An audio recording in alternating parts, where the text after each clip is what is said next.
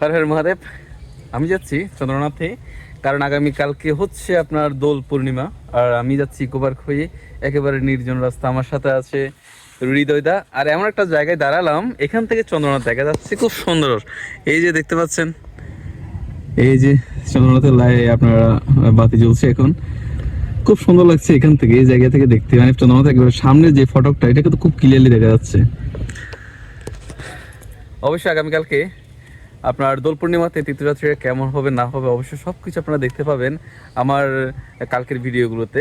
আর আপনারা জানেন যে আমার আগের যে আইডিটা ছিল, যেখান থেকে আমি চন্দ্রনাথের ভিডিও আপলোড করতাম, ওই আইডিটা বর্তমানে আমি ওখানে ভিডিও আপলোড করছি না। আমি নতুন একটা পেজ খুলেছি, যে পেজের মধ্যে আমি বর্তমানে চন্দ্রনাথ ধামের প্রতিটি ভিডিও আপলোড করে থাকি।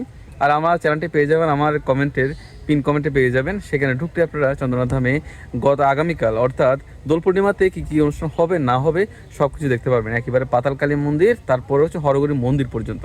হর হর মহাদেব, জয় মা ভবানী।